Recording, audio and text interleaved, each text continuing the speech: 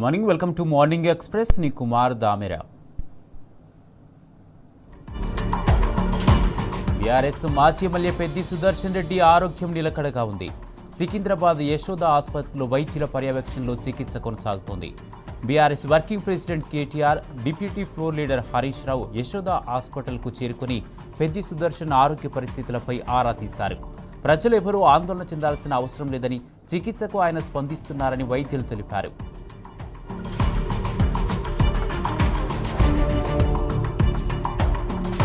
ఏం చేస్తారో చేయండి, మా పెద్దిని కాపాడండి అంటూ వైద్యులకు చేతులెత్తి నమస్కరించారు బీఆర్ఎస్ అధినేత కేసీఆర్.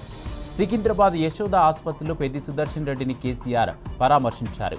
డాక్టర్లతో మాట్లాడారు. చికిత్స గురించి అడిగి తెలుసుకున్నారు. ప్రపంచంలోనే అత్యుత్తమ వైద్య నిపుణులను సంప్రదించి పెద్దికి ది బెస్ట్ ట్రీట్మెంట్ అందివ్వాలని వైద్యులను కోరారు కేసీఆర్. అనంతరం పెద్ది సుదర్శన్ రెడ్డి కుటుంబ సభ్యులను కలిసి వారికి ధైర్యం చెప్పారు. తామంతా ఉన్నామని ధైర్యంగా ఉండాలంటూ ఓదార్చారు. దేవుడున్నాడు, డాక్టర్లున్నారు, అన్నీ సవ్యంగానే జరుగుతాయి, గుండె ధైర్యం చెదరొద్దు అంటూ పెద్ది సుదర్శన్ భార్య, పిల్లలు, వారి కుటుంబ సభ్యులకు కేసీఆర్ భరోసానిచ్చారు.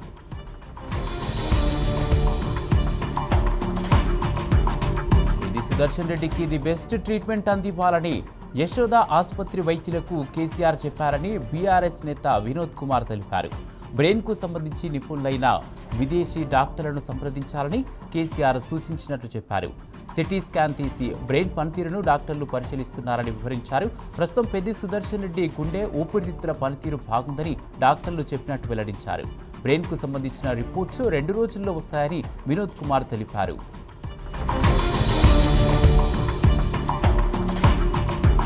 సికింద్రాబాద్ యశోద ఆసుపత్రిలో చికిత్స పొందుతున్న నర్సంపేట మాజీ ఎమ్మెల్యే పెద్ది సుదర్శన్ రెడ్డి ఆరోగ్యం పరిస్థితి బీఆర్ఎస్ వర్కింగ్ ప్రెసిడెంట్ కేటీఆర్, మాజీ మంత్రి హరీష్ రావు ఎప్పటికప్పుడు పర్యవేక్షిస్తున్నారు. వైద్యుల నుండి ఆయన ఆరోగ్య పరిస్థితిని అడిగి తెలుసుకుంటున్నారు. సుదర్శన్ రెడ్డి కుటుంబ సభ్యులకు ధైర్యం చెప్తూ ఊరడిస్తున్నారు. ఇక మంత్రి సీతక్క, బీజేపీ ఎంపీ ఈటల రాజేందర్, మాజీ మంత్రి మల్లారెడ్డి, శ్రీనివాస్ గౌడ్ తదితరులు కూడా సుదర్శన్ రెడ్డిని పరామర్శించారు.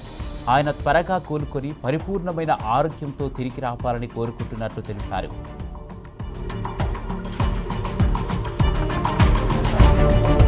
రేవంత్ సర్కారుకు భారీ ఎదురుదెబ్బ తగిలింది. హైడ్రాతో అరాచకాలు సృష్టిస్తున్న కాంగ్రెస్ సర్కారుకు హైకోర్టులో చుక్కెదురైంది. హైడ్రా కమిషనర్ పదవి నుంచి రంగనాథ్ను తొలగించాలని హైకోర్టు సంచలన ఆదేశాలు జారీ చేసింది. ఈ మేరకు తెలంగాణ చీఫ్ సెక్రటరీకి ఆదేశాలు జారీ చేసింది. రంగనాథ్పై 63 కోర్టు ధిక్కరణ కేసులున్నాయని హైకోర్టు తెలిపింది. ఉన్నతాధికారి అయ్యుండి కోర్టు ఆదేశాలను ధిక్కరించడం ముమ్మాటికి సబబు కాదని న్యాయస్థానం తేల్చి చెప్పింది.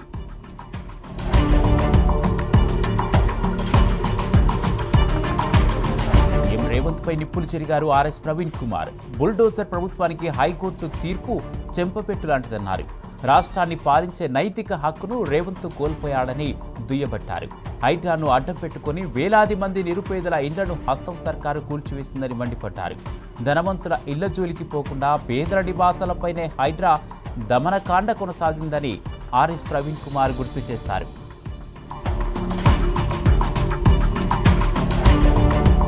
రంగారెడ్డి జిల్లా చేవెళ్ల ఎంపీ కొండా విశ్వేశ్వర్ రెడ్డిపై ఫైర్ అయ్యారు బీఆర్ఎస్ సీనియర్ నాయకులు రాజారాం యాదవ్. విద్యార్థులు యువతను తుపాకులతో కాల్చివేయాలనడం అత్యంత దుర్మార్గమని మండిపడ్డారు. కొండా విశ్వేశ్వర్ రెడ్డి రాజకీయ వ్యభిచారి అని, కేసీఆర్ తనను ఎంపీని చేస్తే తన సొంత ప్రయోజనం కోసమే ఆయన పార్టీ మారాడని విమర్శించారు. ఎంపీ కొండా విశ్వేశ్వర్ రెడ్డి తక్షణమే విద్యార్థులు, యువతకు క్షమాపణ చెప్పాలని డిమాండ్ చేశారు. లేని పక్షంలో తెలంగాణ విద్యార్థులు తగిన గుణపాఠం చెప్తారని హెచ్చరించారు.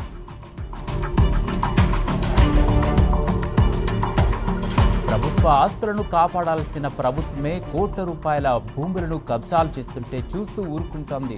ఎమ్మెల్యే మాధవరం కృష్ణారావు ఆగ్రహం వ్యక్తం చేశారు. కుకట్పల్లి నియోజకవర్గం అల్లాపూర్ డివిజన్ సర్వే నెంబర్ 18లో ఉన్న భూమిని కొట్టేయాలని కాంగ్రెస్ నాయకులు కుట్రలు పన్నుతున్నారని ఆరోపించారు.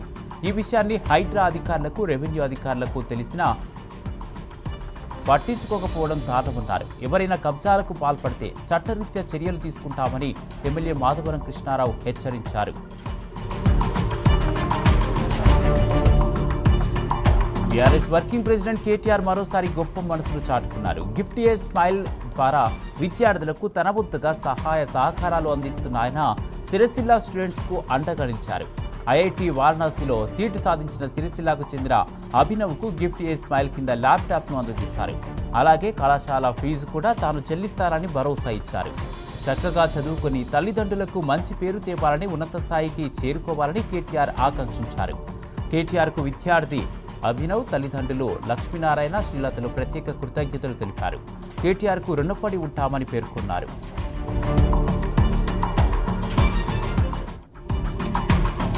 హైదరాబాద్ కాచిగూడలో విద్యార్థులు భారీ ర్యాలీ నిర్వహించారు. దేశవ్యాప్తంగా విద్యార్థుల మీద పెట్టిన కేసులు ఎత్తేయాలని డిమాండ్ చేశారు. ఎన్టీఏను రద్దు చేయాలన్నారు.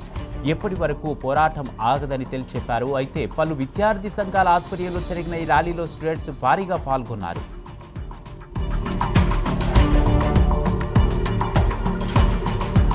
పెండింగ్లో ఉన్న ఉపకార వేతనాలను, ఫీజు బకాయిలను వెంటనే విడుదల చేయాలని బీసీ విద్యార్థి సంఘం డిమాండ్ చేసింది. నార్కెట్పల్లి బీసీ విద్యార్థి సంఘం ఆధ్వర్యంలో పెద్ద ఎత్తున ధర్నా నిర్వహించారు. గత 2 సంవత్సరాలుగా ఉపకార వేతనాలు విడుదల చేయకపోవడం వల్ల పేద విద్యార్థులు అనేక ఇబ్బందులు పడుతున్నారని మండిపడ్డారు. దీంతో విద్యకు దూరం అవుతున్న వారి సంఖ్య పెరుగుతుందని బీసీ విద్యార్థి సంఘం నాయకులు అన్నారు. ప్రైవేటు కాలేజీలకు ఒక్కొక్కటి మూతపడుతున్నాయని అన్నారు.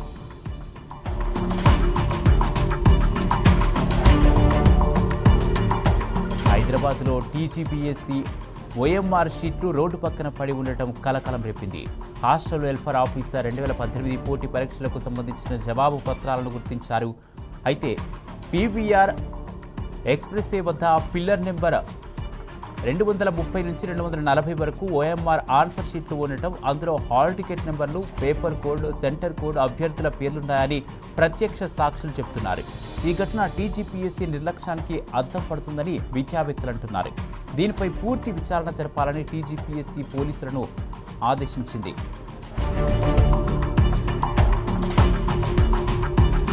రైతులు వరి పంట కాకుండా ఆరుతడి పంటలతో పాటు ఆయిల్ ఫామ్ సాగు చేస్తే అధిక లాభాలు వస్తాయని దుబ్బాక ఎమ్మెల్యే కొత్త ప్రభాకర్ రెడ్డి అన్నారు. సిద్దిపేట జిల్లా అక్బర్పేట భూంపల్లి మండల స్థాయి అధికారులు, ప్రజాప్రతినిధులతో సమీక్ష సమావేశం నిర్వహించారు. గ్రామ పంచాయతీలు అధికారులు కలిసి ప్రజా సమస్యలను పరిష్కరించాలని సూచించారు. రైతులు వరి వైపు మొగ్గు చూపకుండా ఆయిల్ ఫామ్ పంటలు సాగు చేస్తే మంచి లాభాలు వస్తాయని అన్నారు.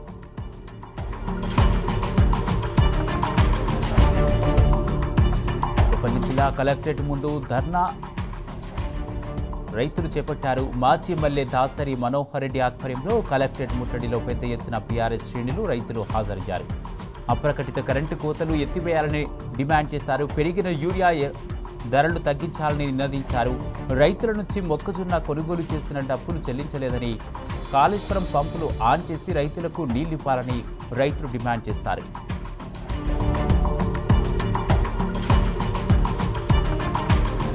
నాగర్ కర్నూలు జిల్లాలో నకిలీ డీఏపీ ఎరువుల కేసు దర్యాప్తు ఢీలా పడింది.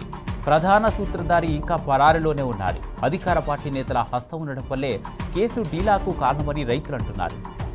పలువురిని అరెస్టు చేసిన కీలక నిందితుడు మాత్రం మాయమయ్యాడు. కేసు ఢీలా పడడంతో బాధిత రైతుల్లో ఆందోళన పెరుగుతుంది. నకిలీ ఎరువుల ముఠాపై కఠిన చర్యలు తీసుకొని బాధితులకు న్యాయం చేయాలని విజ్ఞప్తి చేస్తున్నారు. నకిలీ ఎరువుల కేసులో పూర్తి నిజాలు వెలుగులోకి రావాలని రైతులు డిమాండ్ చేశారు.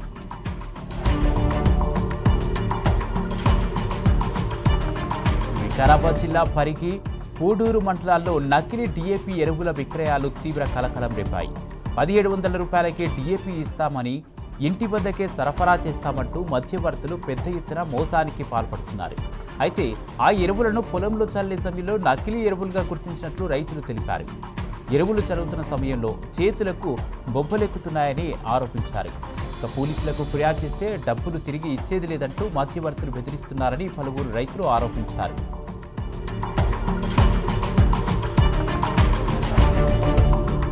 కరీంనగర్ జిల్లా గంగాధర మండలంలో పలు గ్రామాల ప్రజలు ఆందోళన చేపట్టారు. గంగాధర చౌరస్తాలో పెద్ద ఎత్తున ధర్నా చేపట్టారు. ఇస్తారుపల్లె, చెర్లపల్లి, నారాయణపూర్ గ్రామాలను పూర్తిగా ముంపు గ్రామాలుగా ప్రకటించాలని డిమాండ్ చేశారు. తమకు పూర్తిగా అన్యాయం జరుగుతుందని ఆవేదన వ్యక్తం చేశారు. తమ ఇబ్బందిని పట్టించుకోకపోతే రానున్న రోజుల్లో ఆందోళనను మరింత ఉధృతం చేస్తామని హెచ్చరించారు. ప్రభుత్వంపై కాంట్రాక్ట్ అవుట్సోర్సింగ్ ఉద్యోగులు జంగ్ సైరన్ మోగించారు. నాంపల్లి సీసీఎల్ఏ కార్యాలయం ముందు కంప్యూటర్ ఆపరేటర్లు భారీ ఆందోళనకు దిగారు. రెవెన్యూ శాఖలో 632 మంది కంప్యూటర్ ఆపరేటర్లను తొలగించడంపై నిరసనలు తెలిపారు. రోడ్డుపై బైఠాయించి ప్రభుత్వానికి వ్యతిరేకంగా నినాదాలు మార్మోగించారు. ప్రభుత్వ అనాలోచిత నిర్ణయం వల్ల 632 మంది ఉద్యోగుల కుటుంబాల భవిష్యత్తు ప్రశ్నార్థకమైందని మండిపడ్డారు. 20 ఏళ్లుగా సేవలందించిన ఉద్యోగులను అక్రమంగా తొలగించడమేంటని ప్రశ్నించారు.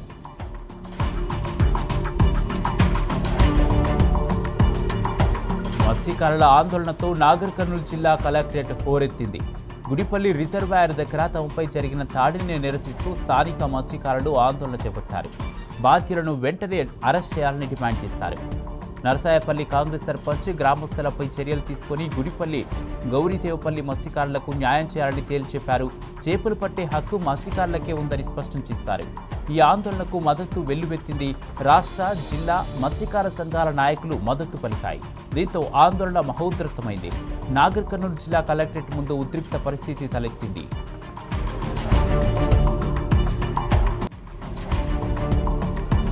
ఆర్టీసీ కార్మికుల సమస్యలను వెంటనే పరిష్కరించాలని డిమాండ్ చేస్తూ ఖమ్మం డిపో ఎదుట స్టాఫ్ అండ్ వర్కర్స్ ఫెడరేషన్ ధర్నా నిర్వహించింది. రాష్ట్ర వ్యాప్త ఆందోళనలో భాగంగా కార్మికులు ఆందోళనకు దిగారు. ఎన్నికల సమయంలో ఇచ్చిన హామీలను ఇప్పటి వరకు కాంగ్రెస్ నెరవేర్చలేదని కార్మిక నాయకులు మండిపడ్డారు. రిటైర్డ్ ఉద్యోగులకు చెల్లించాల్సిన బకాయిలను వెంటనే చెల్లించాలని కోరారు. ఆర్టీసీ కార్మికుల తల్లిదండ్రులకు కార్పొరేట్ వైద్యం అందించాలని విజ్ఞప్తి చేశారు.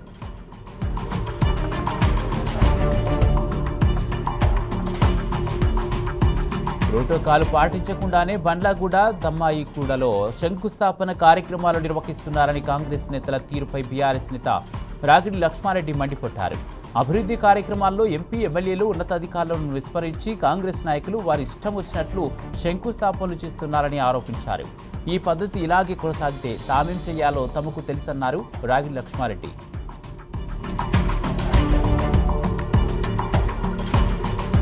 అన్నారం డివిజన్ మాజీ కార్పొరేటర్ భవానీ ప్రవీణ్ కుమార్ ఆధ్వర్యంలో పి&టి కాలనీ చౌరస్తాలో ఎల్పీ నగర్ ఎమ్మెల్యే దేవిరెడ్డి సుధీరెడ్డి జన్మదిన వేడుకలు ఘనంగా జరిగాయి. జీహెచ్ఎంసీ సిబ్బందితో కలిసి ప్రవీణ్ కుమార్ కేక్ కట్ చేసి సుధీరెడ్డికి జన్మదిన శుభాకాంక్షలు తెలిపారు. అనంతరం జీహెచ్ఎంసీ సిబ్బందికి చీరలు పంపిణీ చేశారు. ఈ కార్యక్రమంలో డివిజన్ బీఆర్ఎస్ నాయకులు, ఉద్యమకారులు పాల్గొన్నారు.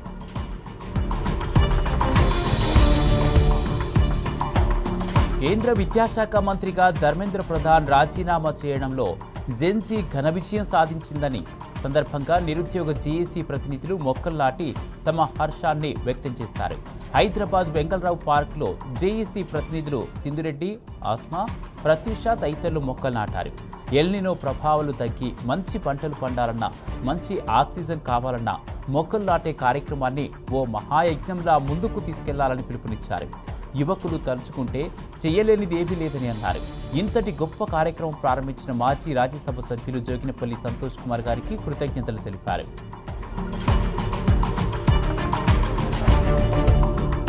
ఎస్ఐఆర్లో అర్హులైన ఏ ఒక్కరి ఓటు గల్లంతు కాకుండా చూడాలని బూత్ లేబుల్ ఏజెంట్లకు సూచించారు వేములవాడ నియోజకవర్గ బీఆర్ఎస్ ఇన్ఛార్జ్ చెల్మెడ లక్ష్మీ నరసింహారావు.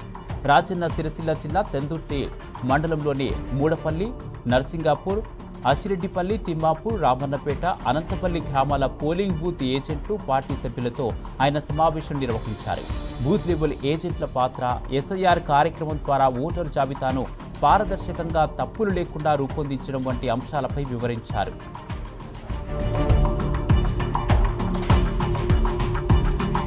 రాజన్న సిరిసిల్ల జిల్లా కోనరావుపేట మండలం బావుసాయిపేట గ్రామంలోని ఇసుక క్వారీ వద్ద ఉద్రిక్త వాతావరణం నెలకొంది.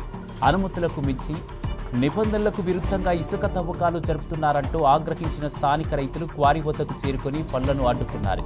నిరసన తెలపడమే కాకుండా వాహనాలు, యంత్రాలను నిలిపివేసి ఇసుక అక్రమ తరలింపుపై ఆందోళన చేపట్టారు. కేవలం 3.5 ఎకరాలకు మాత్రమే అనుమతి ఇచ్చినప్పటికీ కాంట్రాక్టర్లు దానికి విరుద్ధంగా ఏకంగా సుమారు 10 ఎకరాల విస్తీర్ణంలో అక్రమంగా ఇసుకను తోడేస్తున్నారని ఆరోపించారు. దీనివల్ల వాగు పరివాహక ప్రాంతంలోని పంట భూములు తీవ్రంగా కోతకు గురవుతున్నాయని, పొలాల్లోకి వరద నీరు చేరి వ్యవసాయం పూర్తిగా దెబ్బతింటుందని వాపోయారు.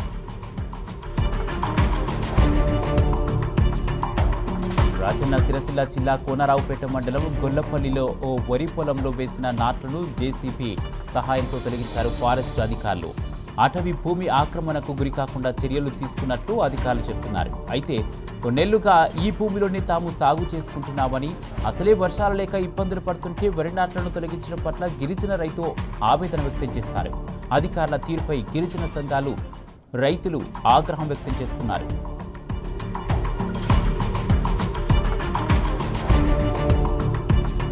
లో డ్రగ్స్ పెడ్లర్ హల్చల్ చేశాడు. డ్రగ్స్ మత్తులో వీరంగం సృష్టించాడు. అతన్ని అడ్డుకోబోయిన పోలీసులపైకి కారెక్కించి పరారయ్యాడు. దీంతో సైఫ్ను అఫ్జల్గంజ్ వరకు వెంబడించిన పోలీసులు నిందితుని అదుపులోకి తీసుకున్నారు. ఈ ఘటనలో SP constable Mahender call fracture అయింది. ఇన్స్పెక్టర్ శ్రీకాంత్, మరో కానిస్టేబుల్ వంశీధర్కు గాయాలు కాగా వెంటనే ఆసుపత్రికి తరలించి చికిత్స అందిస్తున్నారు. కానిస్టేబుల్ మహేందర్ ఫిర్యాదుతో నిందితుడు సైఫ్ పై అబిడ్స్ అఫ్జల్గంజ్ పోలీస్ స్టేషన్లో పోలీసులు కేసులు నమోదు చేసి విచారిస్తున్నారు.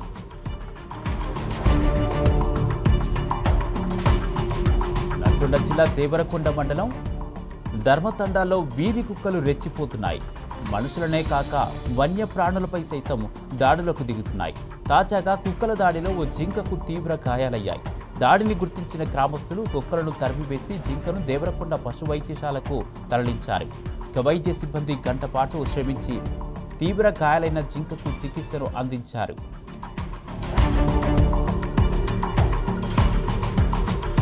సమృద్ధిగా వర్షాలు కురిసి పాడి పంటలు అభివృద్ధి చెందాలని కోరుతూ వరంగల్లో వరుణ యాగం నిర్వహిస్తున్నారు. వరంగల్ ఛాంబర్ ఆఫ్ కామర్స్ ఆధ్వర్యంలో ఏనుమాముల వ్యవసాయ మార్కెట్ యార్డులో వరుణ యాగం నిర్వహిస్తున్నారు. ఈ సందర్భంగా ఋష శృంగారాధన సహిత ఘటాభిషేక పూర్వ వరుణ హోమం నిర్వహించారు. రైతులు బాగుంటే వ్యాపార వర్గాలతో పాటు అన్ని వర్గాల ప్రజలు బాగుంటారని, రాష్ట్ర చరిత్రలోనే ఎప్పుడూ వ్యవసాయ మార్కెట్ యార్డులలో వరుణ హోమం నిర్వహించలేదని నిర్వాహకులు అన్నారు.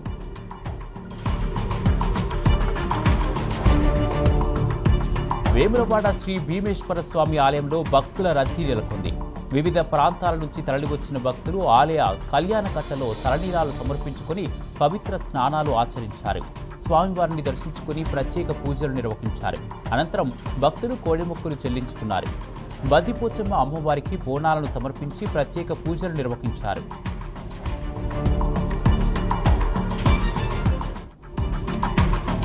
జిల్లా బాసర శ్రీ జ్ఞాన సరస్వతి అమ్మవారి క్షేత్రంలో గురు పౌర్ణమి వేడుకలు కన్నుల పండుగగా ప్రారంభమయ్యాయి.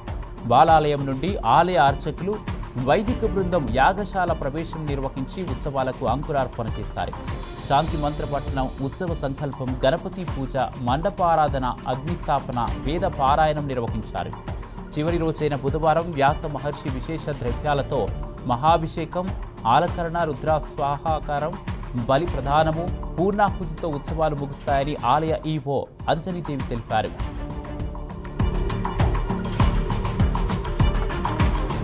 రాష్ట్రంలో ఈ నెల 31 వరకు తేలికపాటి నుంచి మోస్తారు వర్షాలు కురవనున్నట్లుగా వాతావరణ శాఖ తెలిపింది. వాయువ్య బంగాళాఖాతానికి ఆనుకొని ఉన్న ఉత్తర ఒడిశా, పశ్చిమ బెంగాల్ తీర ప్రాంతాలపై ఏర్పడిన అల్పపీడనం కొన్ని గంటల్లో తీవ్ర వాయుగుండంగా బలపడే అవకాశం ఉందని పేర్కొంది. పారాదీప్, సాగర్ ద్వీపాల మధ్య ఉత్తర ఒడిశా, పశ్చిమ బెంగాల్ తీరం వెంబడి వర్షాలు ఈదురుగాలు వీచే అవకాశం ఉంది. గంటకు 55 నుంచి 65 కిలోమీటర్ల వేగంతో బలమైన ఈదురుగాలు వీయనున్నట్టు తెలిపింది. వాయుగుండం, అల్పపీడనం ప్రభావంతో రాష్ట్రంలో అన్ని జిల్లాల్లో బలమైన ఉపరితల గాలులు వీస్తూ వర్షాలు కురవనున్నాయి.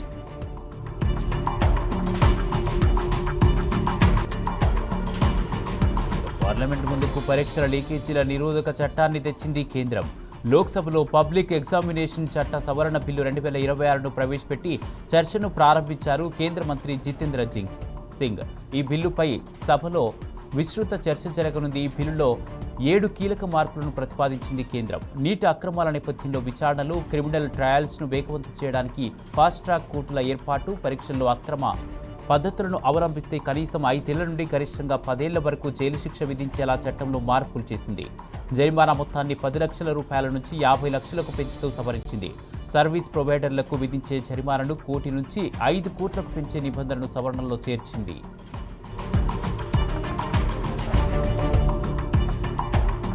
ఢిల్లీలోని జంతర్ మంతర్ వద్ద ఆందోళన సందర్భంగా విద్యార్థులపై జరిగిన లాఠీచార్జికి, పోలీసుల దమనకాండకు కేంద్ర హోంశాఖ మంత్రి అమిత్ షా బాధ్యత వహించాలంటూ విపక్షాలు డిమాండ్ చేశాయి. పార్లమెంటు మకర్ద్వార్ వద్ద విపక్ష పార్టీలన్నీ ఆందోళనకు దిగాయి. జరిగిన పరిణామాలకు అమిత్ షా సమాధానం చెప్పాలని డిమాండ్ చేశాయి. పెద్దపెట్టున నినాదాలు చేస్తూ, నిరసన వ్యక్తం చేస్తూ విపక్ష పార్టీ సభ్యులు ఆందోళన చేపట్టారు.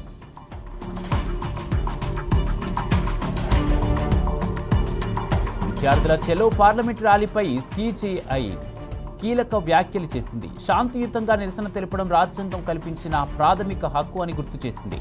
విద్యార్థుల ఆందోళనను సాకుగా చూపి పోలీసుల బలప్రయోగాన్ని సమర్థించలేమని సూర్యకాంత్ దాస్ ధర్మాసనం తెలిపింది. విద్యార్థుల నిరసనలో ఆకతాయిలు ప్రవేశించి పోలీసులపై దాడులు చేయడం ఆందోళనకర విషయమని వ్యాఖ్యానించింది. శాంతియుత నిరసనలు, పోలీసుల చర్యల నిర్వహణకు దేశవ్యాప్తంగా ఏకరూప మార్గదర్శకాలు అవసరమని తెలిపింది. నిరసనలో చొరబడే సామాజిక విద్రోహ శక్తులపై చర్యలకు అధికారులకు పూర్తి అధికారాలు ఉండాలని సిజేఐ ధర్మాసనం అభిప్రాయపడింది.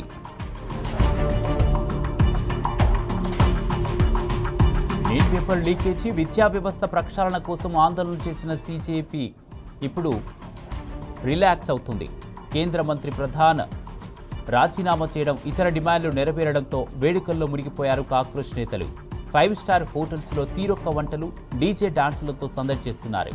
దీనికి సంబంధించిన దృశ్యాలు సోషల్ మీడియాలో వైరల్ అవుతుండడంతో విమర్శలు వెల్లువెత్తుతున్నాయి. ఓవైపు వందలాది మంది విద్యార్థులు తీవ్ర గాయాలతో బాధపడుతుంటే, మరోవైపు సిజేపీ డీజే సెలబ్రేషన్స్ చేసుకోవడంపై దుమ్మెత్తిపోస్తున్నారు నెటిజన్లు.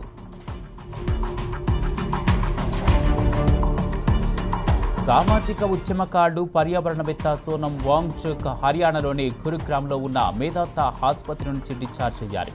26 రోజుల పాటు చేపట్టిన ఆమరణ నిరాహార దీక్ష అనంతరం వాంగ్చుక్ కోలుకున్నారు. ఈ ఉద్యమంలో తమకు మద్దతుగా నిలిచిన గలమెత్తిన ప్రజలందరికీ ధన్యవాదాలు తెలిపారు. ఆసుపత్రి నుంచి బయలుదేరి లడఖ్లోని తన స్వగ్రామానికి వెళ్లే ముందు ఢిల్లీలోని రాజ్ఘాట్ను సందర్శించి జాతిపిత మహాత్మా గాంధీకి నివాళులర్పించారు. న్యాయం కోసం సుదీర్ఘంగా సాగించిన తమ పోరాటం చివరికి విజయం సాధించిందని, అందరి సహకారంతోనే ఇది సాధ్యమైందని చెప్పుకొచ్చారు.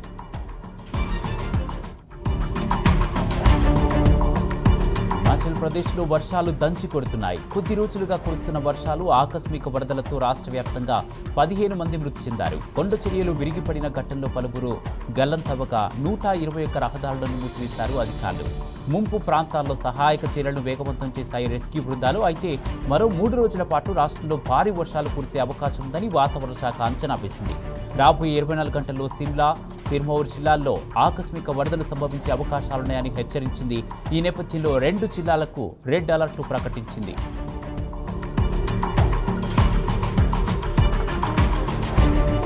అసంలో వరద బీభత్సం కొనసాగుతుంది. భీకర వర్షాలు, ఎగువ నుంచి పోటెత్తుతున్న వరదలతో జనజీవనం స్తంభించింది. వరదల తాకిడికి మృతి చెందిన వారి సంఖ్య 69కి చేరింది. మరో 80 మందికి పైగా గల్లంతైనట్టు తెలిపింది రాష్ట్ర విపత్తు నిర్వహణ సంస్థ. వరదల కారణంగా రాష్ట్ర వ్యాప్తంగా 763 గ్రామాలు నీట మునిగాయని వెల్లడించింది. చరేతియో, గోలాఘాట్, జోర్ఘాట్, నఖావ్, శివసాగర్ జిల్లాల్లో 6 లక్షల మంది నిరాశ్రయులైనట్టు పేర్కొంది. ముంపు ప్రాంతాల్లో సహాయక చర్యలు కొనసాగుతున్నాయని వివరించింది.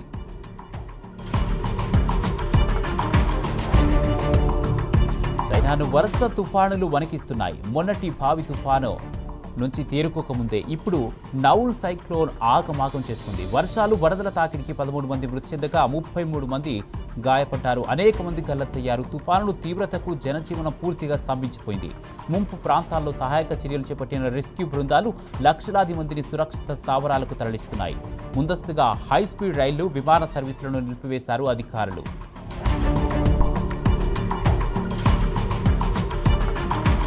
యూపీలో ఘోర రోడ్డు ప్రమాదం జరిగింది. హాపూర్లోనే ఢిల్లీ లక్నో జాతీయ రహదారిపై ఎదురెదురుగా వస్తున్న స్కార్పియో, ఎర్టిగా కార్లు ఢీకొన్నాయి. ఈ ఘటనలో 4 మృతి చెందగా మరో 9 మంది తీవ్రంగా గాయపడ్డారు. వెంటనే సహాయక చర్యలు చేపట్టిన పోలీసులు బాధితులను జిల్లా ప్రభుత్వ ఆసుపత్రికి తరలించారు. రోడ్డుపై అడ్డుగా వచ్చిన కుక్కను తప్పించబోయిన స్కార్పియో డివైడర్ను దాటి ఎర్టిగాను ఢీకొట్టడంతో ప్రమాదం జరిగినట్టు తెలిపారు.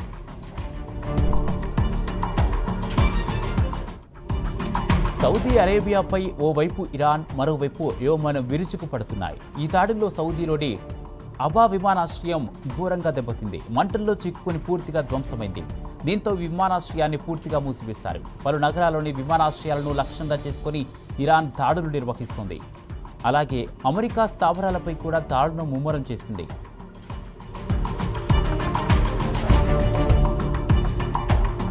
ఇజ్రాయెల్ను పూర్తిగా ధ్వంసం చేస్తామని ఇరాన్ ప్రతినబూనింది. ఈ మేరకు ఆ దేశంపై దాడులను తీవ్రం చేసింది. దీంతో ఇజ్రాయెల్లో తీవ్ర భయాందోళనలు చోటు చేసుకున్నాయి. ఇప్పటికే కీలక స్థావరాలన్నింటినీ లక్ష్యంగా చేసుకుని ఇరాన్ చెలరేగిపోయింది. ఈ దాడిలో ఇజ్రాయెల్కు భారీ నష్టం వాటిల్లింది.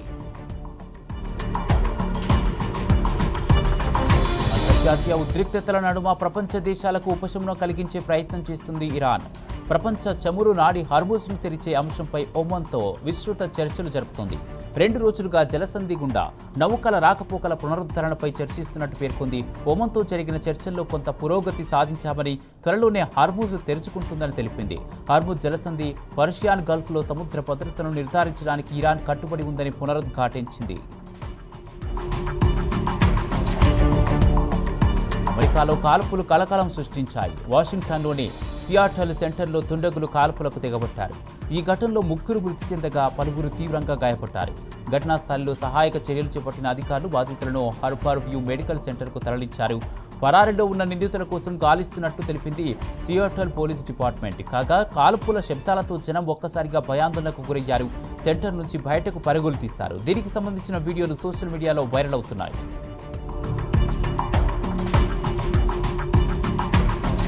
ఫ్రాన్స్, స్పెయిన్, కెనడాలో కార్చిచ్చులు కల్లోలం సృష్టిస్తున్నాయి. ఫ్రాన్స్, స్పెయిన్ సరిహద్దులో చెలరేగిన కార్చిచ్చు దాటికి వేలాది ఎకరాల అడవి అగ్నికి ఆహుతైంది. వందలాది ఇండ్లు కాలి బూడిదయ్యాయి.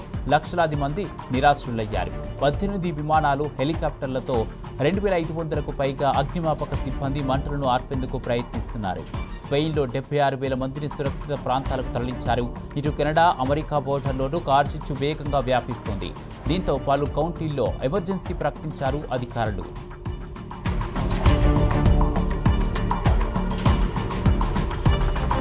బంగారం ధరలు మళ్లీ పెరిగాయి. గత కొన్ని రోజులుగా తగ్గుతూ వచ్చిన ధరలు మళ్లీ రేజ్ అయ్యాయి.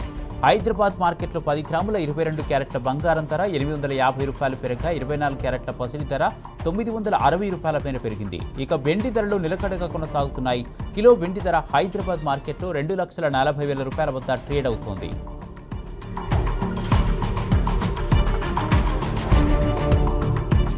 గ్లాస్గో కామన్వెల్త్ క్రీడల్లో భారత్కు 2వ స్వర్ణం లభించింది. షాట్ పుట్ విభాగంలో షర్మిలా ధాన్కడ్ గోల్డ్ సాధించారు. పారా షాట్ పుట్ F57 విభాగంలో షర్మిలా ధాన్కడ్కు స్వర్ణం దక్కింది. దీంతో భారత్ పథకాల పట్టికలో మరో గోల్డ్ చేరింది.